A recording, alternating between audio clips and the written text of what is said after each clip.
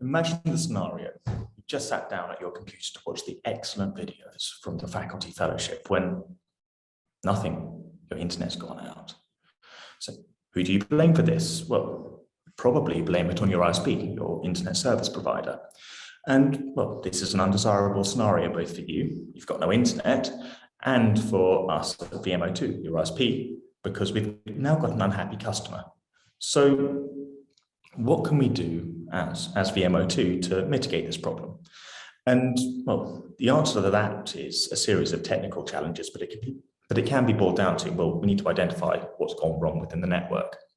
And currently what VMO2 do is they are building bespoke models with input from experts and network experts so they can identify what has actually gone wrong, and once they've identified what's gone wrong, you can go and fix it. But in this project, we wanted to do something more general. We wanted to build a belief network. And the belief network, we hope, and have shown, will allow for the identification of where the fault is within the network. So this is obviously quite a complex challenge. So the first step that we needed to take is to answer whether this could be done or not. And in order to do this, we built a small simulation of the network. Before we get into the simulation, what does the network look like? Well, you're all familiar with this. This is your modem or router, and it provides Wi-Fi to your house. And you all know it has some wires coming out the back of it, which go through your wall. And they run up your street or your neighborhood and go into a cabinet. And I'm sure you've actually seen these little green cabinets that are on the side of the road. And all of the houses in your neighborhood will be connected to either the same one as you or one that's nearby.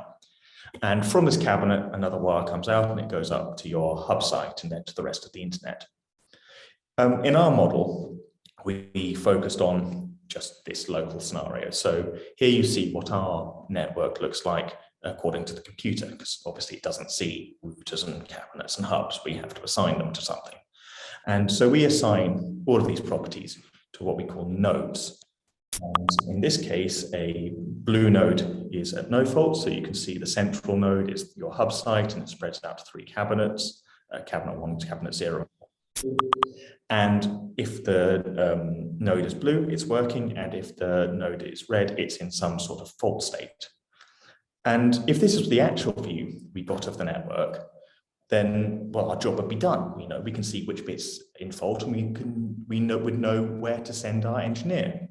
But this isn't the case. So what do we actually see? Well, we see something like this because we don't observe every part of the network. The cabinets specifically, we actually don't get any telemetry at all from. So if we as humans see something like this with all of the houses off cabinet 1 in error, we can naturally say, oh, well, there's probably an error at cabinet 1. But is that the case for a computer? Can we teach a computer to infer from that? And well, the answer seems to be yes. And to do this, we borrow some things from Bayesian probability. Specifically, in this case, we're actually borrowing conditional independence.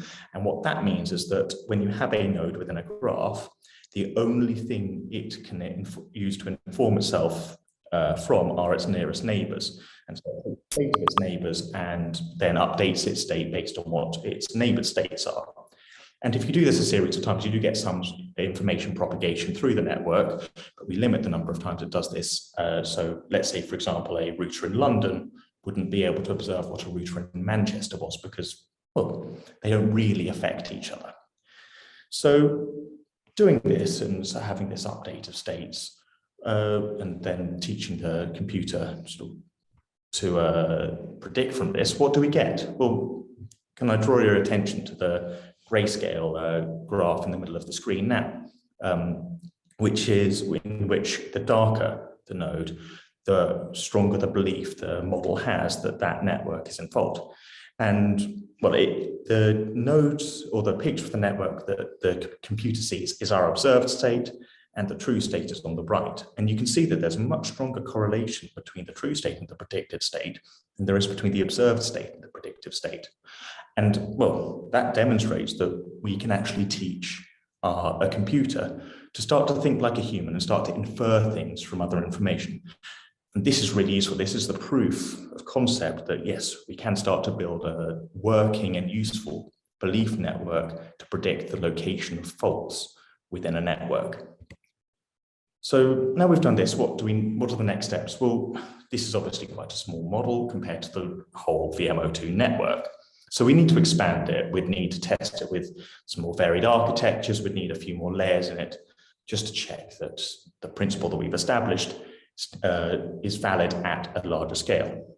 And then we'd need to live test it. Can you know, if you've got real data or live data, can you input that and test it against the current models to see how it performs? And once we've shown that it works and sort of performs well, then we can bring it to production. This will have a nice impact. You know, if your internet goes down, you'll have your internet back up faster, which hopefully would make you happier as a customer. But from a commercial point of view, it's really useful for VMO2.